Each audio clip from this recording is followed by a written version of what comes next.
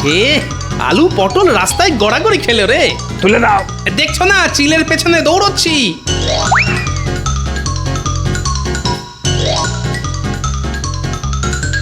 হায় হায় হায়, এ আমার কি হলো? মাথার চাল যে মাটিতে গড়াগড়ি খেলো গো। কেঁদো না গো দিদি, কেঁদো না। মানুষের শরীর আর মাথার চাল কি চিরকাল এক থাকে নাকি? একদিন না একদিন ভেঙে তো পড়বেই। গোপাল দাদাকে আসতে দাও, দেখো ঠিক একটা ব্যবস্থা করে ফেলবে। কে ব্যবস্থা করবে? তোমার দাদা? তবেই হয়েছে। কতদিন ধরে বলে যাচ্ছি ওগো, চালের গতিক সুবিধের নয়, চালের গতিক একদম সুবিধের নয়। ঝুরঝুর ঝুরঝুর করে পচা খড় ঝরে পড়ছে। চালটা সারাও গো, সারাও। কিন্তু কীটের মরণ কান দিয়েছে আমার কথায়।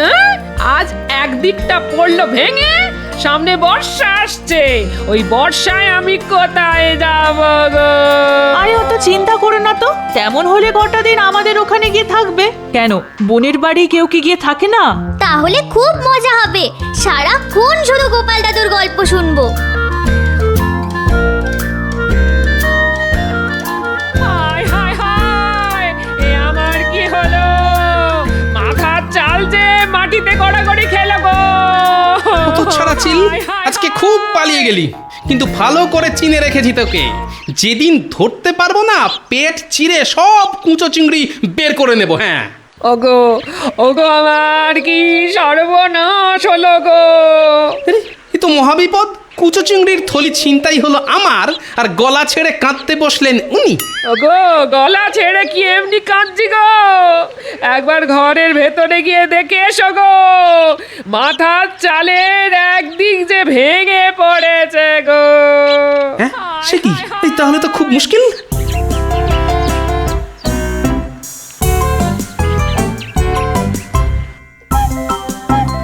ওফ, কার মুখ দেখেছে আজকে উঠেছিলাম কে জানে। হাত থেকে কুচো চিংড়ির থলি গেল, ঘরের চাল গেল। ও কি ক্ষতি, কি ক্ষতি, ক্ষতির ওপর ক্ষতি, ক্ষতির ওপর ক্ষতি। কত টাকা আবার গচ্চা যাবে। বাংলায় একটা কথা আছে না, কয়লাকে যতই ধোয়া হোক না কেন, ময়লা কিছুতেই যায় না। এ কথা কেন বলছেন মহারাজ? আরে বলছি কি আর সাধে, বলছি গোপালের ব্যবহারে। এত করে বলা সত্ত্বেও একদিনও যদি সময় মতো আসে। এ আর এমন নতুন কথা কি? কিছু মনে করবেন না মহারাজ, আসলে আপনার কাছ থেকে ভালো ব্যবহার পেয়ে পেয়ে ও এতটা বেপরোয়া হয়ে গেছে। আজ আসতে দাও ওকে, আজ দেখিয়ে দেব খারাপ ব্যবহার কাকে বলে। আর কত খারাপ ব্যবহার করবেন মহারাজ? মানে বলছিলাম মাথার উপর ওই যে উনি বসে আছেন, তিনি আর আমার সঙ্গে আর কত খারাপ ব্যবহার করবেন। মানে কি বলবো মহারাজ, আমার এখন খুব খারাপ সময় চলছে। কিরকম কিরকম?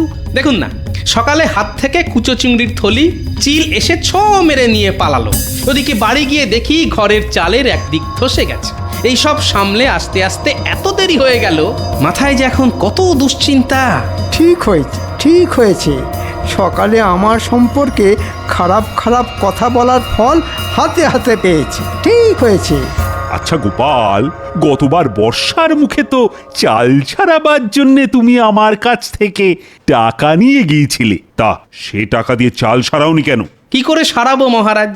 ওই যে কথায় আছে না, অভাবের সংসারে নুন আনতে পান্তা ফুরিয়ে যায়। আপনার দেওয়া চাল সারাবার টাকা তো খাবার কিনতেই খরচা হয়ে গেল। চালের টাকায় চাল কেনা খুব খারাপ কাজ। বর্ষাকালে জল পড়তে পারে বাজ। না গোপাল না, চাল সারাবার টাকায় চাল কিনে খুব খারাপ কাজ করেছো তুমি। স্বীকার করছি মহারাজ, খারাপ কাজ করেছি, কিন্তু এবার যদি কিছু টাকা দিয়ে সাহায্য করেন। একেবারে দেবেন না মহারাজ, দেখবেন এবারে হয়তো চাল ছাড়াবার টাকায় ডাল কিনে বসবে। ওর ছলনার তো আর শেষ নেই মহারাজ। না গোপাল, আর তোমার টাকা দিতে পারবো না। নিজের চাল সারাবার ব্যবস্থা নিজেকেই করতে হবে তোমায়। এবারে বোঝো, কত ধানে কত চাল।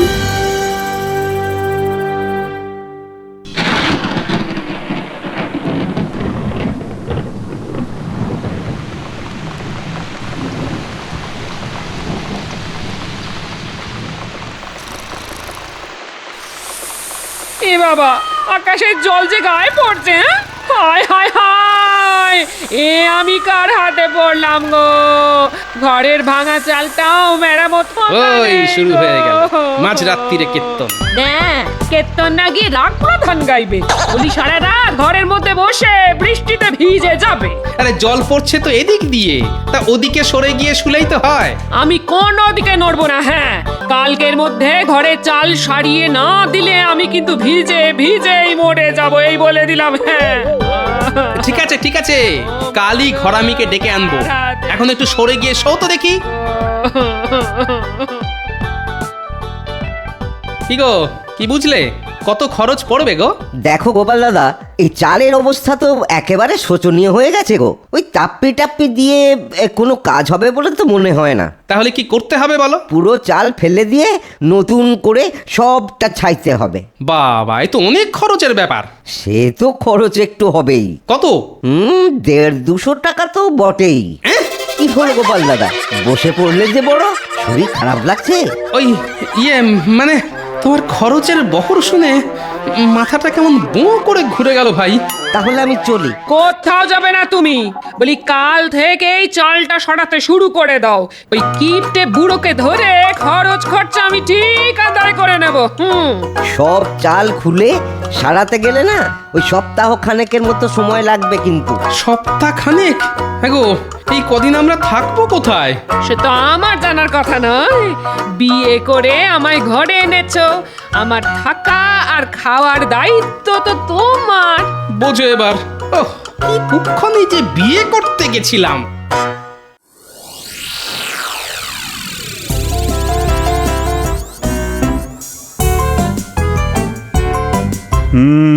প্রকৃতির চরিত্র বোঝা কার সাধ্য।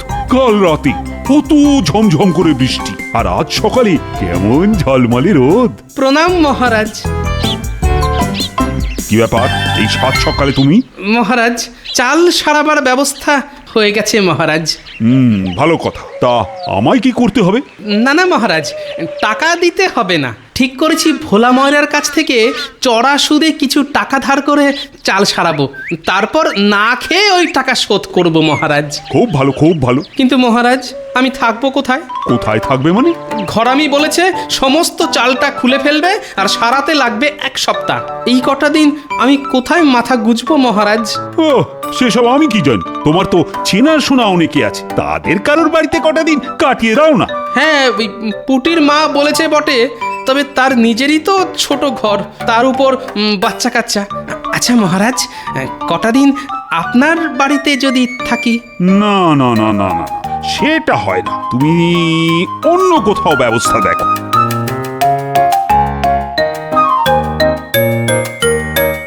কি ব্যাপার মন্ত্রী? মহারাজ, আমাকে কটা দিন ছুটি দিতে হবে। রাজসভায় তো আর এসব কথা বলা যায় না, তাই একান্তে বলতে এলাম। ছুটি নিয়ে কি করবে? আগে একটু শ্বশুর বাড়ি যাব, ওই 1 সপ্তাহের জন্যে। মন্ত্রী মশাই তাহলে 1 সপ্তাহ থাকবে না। ওকে একটু বলে দেখি যদি কটা দিন থাকতে দেয়। তা কবে যাবে ঠিক করেছো? হ্যাঁ, সেটা এখনো ঠিক করিনি। ঠিক হলেই আপনাকে বলে যাব। ঠিক আছে, ঠিক আছে। আমি তাহলে এখন আসি। আচ্ছা, এসো এসো। মন্ত্রী মশাই, যাবার সময় ঠিক পিছু ডাকলো। বলো, কি বলবে বলো। আসলে আমার ঘরের চাল তো সারানো হবে, কিন্তু তার জন্য 1 সপ্তাহ আমাদের অন্য কোথাও গিয়ে থাকতে হবে। থাকতে হবে তো হবে। তাই বলছিলাম কি, আপনি তো 1 সপ্তাহ মতো থাকবেন না, তাই কটা দিন যদি আমাদের থাকতে দেন, মানে আপনার বাড়িতে। হাসালে? আচ্ছা, আমার বাড়ি তোমায় থাকতে দেব কোন আনন্দে? আনন্দে না হোক, দুঃখের সঙ্গেই দিন। না না, ওসব হবে না। তোমার মতো লোককে ঘরে থাকতে দেওয়া আর খাল কেটে কুমির আনা একই ব্যাপার। গোপাল কি তাহলে কুমির নাকি? কি গোপাল, মন্ত্রীর কথার উত্তর দাও। মুখে তো দেব না, কাজে দেব। কি আর উত্তর দেব মহারাজ? ওই যে কথায় আছে না, হাতি যখন কাদায় পড়ে তখন চামচিকে তো লাথি মারে। দেখেছেন মহারাজ, গোপালের সাহসটা দেখেছেন? আমাকে চামচিকে বলল। এ বাবা, আমি আবার আপনাকে চামচিকে বললাম কখন? আমি তো শুধু একটা বাংলা প্রবাদ বললাম মাত্র। যাকে যাক, কথা বাড়িয়ে লাভ নেই। কেউই যখন থাকতে দেবেন না, তখন আমি আসি।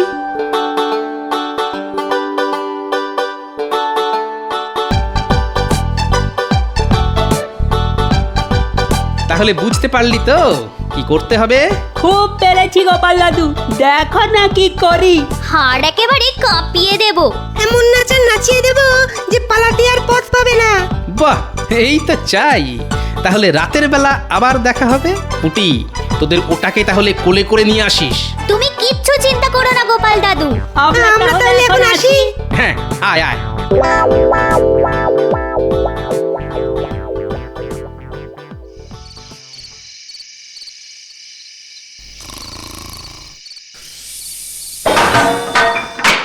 রান্নাঘরে বাসন পড়ার শব্দ হলো না?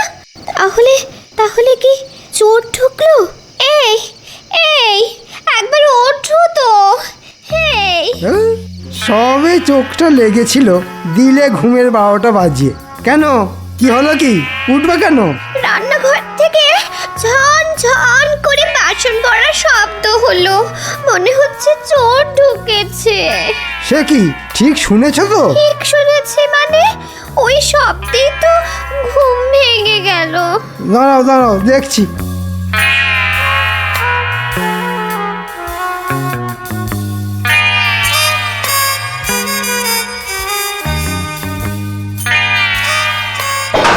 কে কে কে কে কে কে কে রে? বাবা, এটা আবার কে রে? এ তো চোর নয়। ওরে বাবা,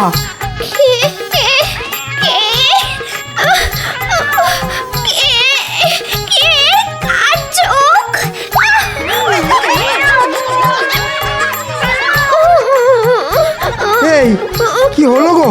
হ্যাঁ, চাদরে মাথা মুখ ঢেকে এমন করে কাঁপছো কেন? জানলাটা হুট করে খুলে গেল। তারপর দেখি দুটো চোখ জল জল করছে, জল জল করছে। জানলায় জানলায় একটা কালো বিড়াল। সে কি, জানলায় তো ছিটকিনি ছিল, আর কালো বেড়াল কোত্থেকে এলো? আর উনুনের ওপর ওই সাদা মূর্তি। ওগো, আমাদের কি হবে গো? কালো বিড়াল তো খুব খারাপ জিনিস। জন্মে তো আমাদের বাড়িতে কোনো কালো বিড়াল দেখিনি। সারা রাত জেগে থাকতে হবে, কাল সকালে কিছু একটা ব্যবস্থা করা যাবে। বুঝলে দাদু, ভয় দেখানোটা না বেশ জব্বর হয়েছে, কি বলো? খুব ভালো কাজ হয়েছে। মুচকে, এখন তোকে একটা কাজ দেব। বলো দাদু। তোকে মন্ত্রী মশাইয়ের বাড়ির কাছে পিঠে থাকতে হবে। তবে খবরদার, দেখতে যেন না পায়। আরে কিচ্ছু পাবে না, তুমি শুধু বলে দাও আমায় কি করতে হবে। তুই শুধু জেনে আসবি মন্ত্রী মশাই আজ কি করছে। ঠিক আছে। ওগো, কিছু একটা করো। কাল রাতে যা ঘটেছে তাতে আমার মন বলছে এ নির্ঘাত ভূতের কাজ। ঠিক আছে, আমি কুঞ্জ ওঝাকে ডেকে আনছি। ও এসে ঠিক বলে দেবে এ ভূতের কাজ না মানুষের কাজ। আর ভূতের কাজ হলে ঝাড়ফুঁক করে ঠিক ভূত তাড়িয়ে দেবে, আর মানুষের কাজ হলে ব্যবস্থা নেব আমি ওর বাড়ি যাচ্ছি।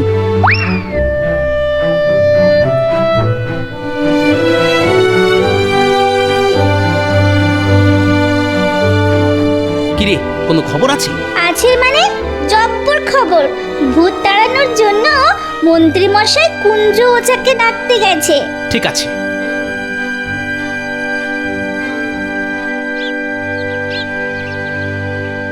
কুঞ্জ, ও কুঞ্জ,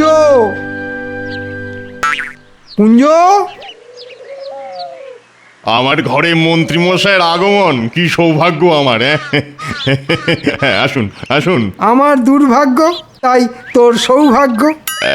হেঁয়ালিটা ঠিক বুঝলাম না মন্ত্রীমশাই। শোন, কাল রাতে আমার বাড়িতে মনে হচ্ছে ভূতের উৎপাত হয়েছিল। তোকে শুধু গুণে বলে দিতে হবে এ ভূতের কাজ না মানুষের কাজ। ভূতের কাজ হলে ভূত তাড়াবি তুই, আর মানুষ হলে শাস্তি দেব আমি। ঠিক আছে? ঠিক আছে ঠিক আছে, আপনি যান, আমি গোছ গাছ করেই ফুরুত করে চলে আসছি।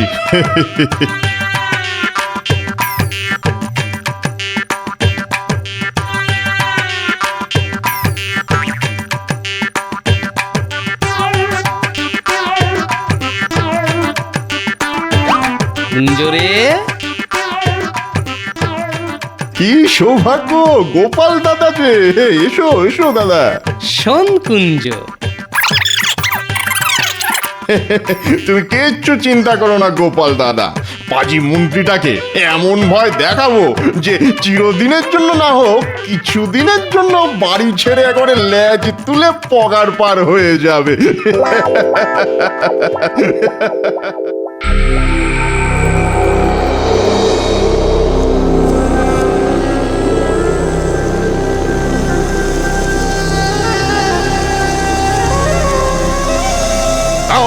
রিং রিং ছক্কা রিং রিং আক্কা ডং ডং কুং গাং বুং ভূত। কি বুঝলি কুঞ্জ, রাতে কি ভূত সত্যি সত্যি এসেছিল?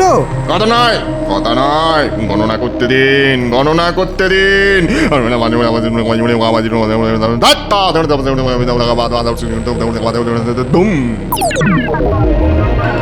কি বললে তুমি?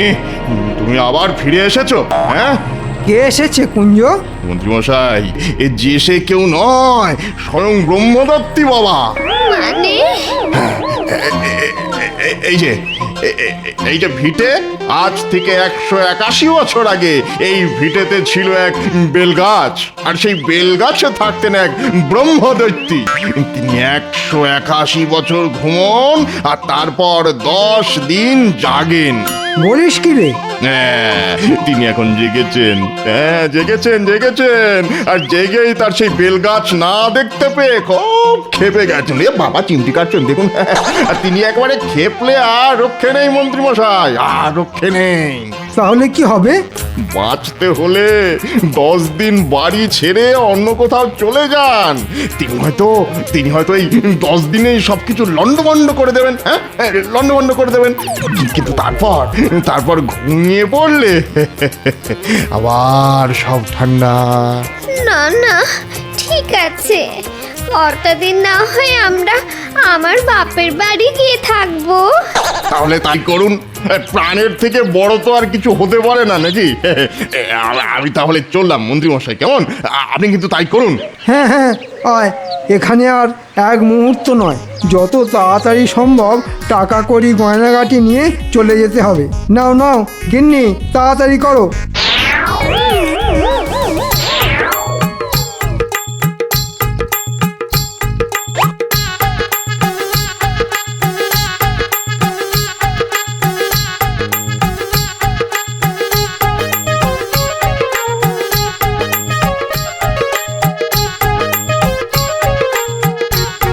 ব্যাপার মন্ত্রী মশাই, অন্তদন্ত হয়ে কোথায় চলেছেন?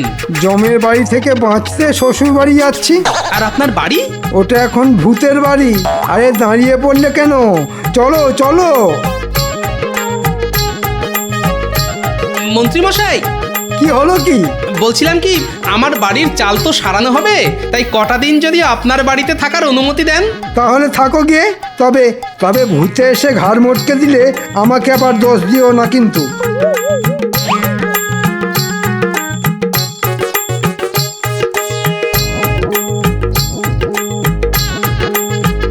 যা, তোদের দিদাকে গিয়ে খবর দে, বলগে যা থাকার ব্যবস্থা হয়ে গেছে। এই না হলে গোপাল দাদু দুষ্টু বুদ্ধিতে যার জুড়ি মেলা ভার।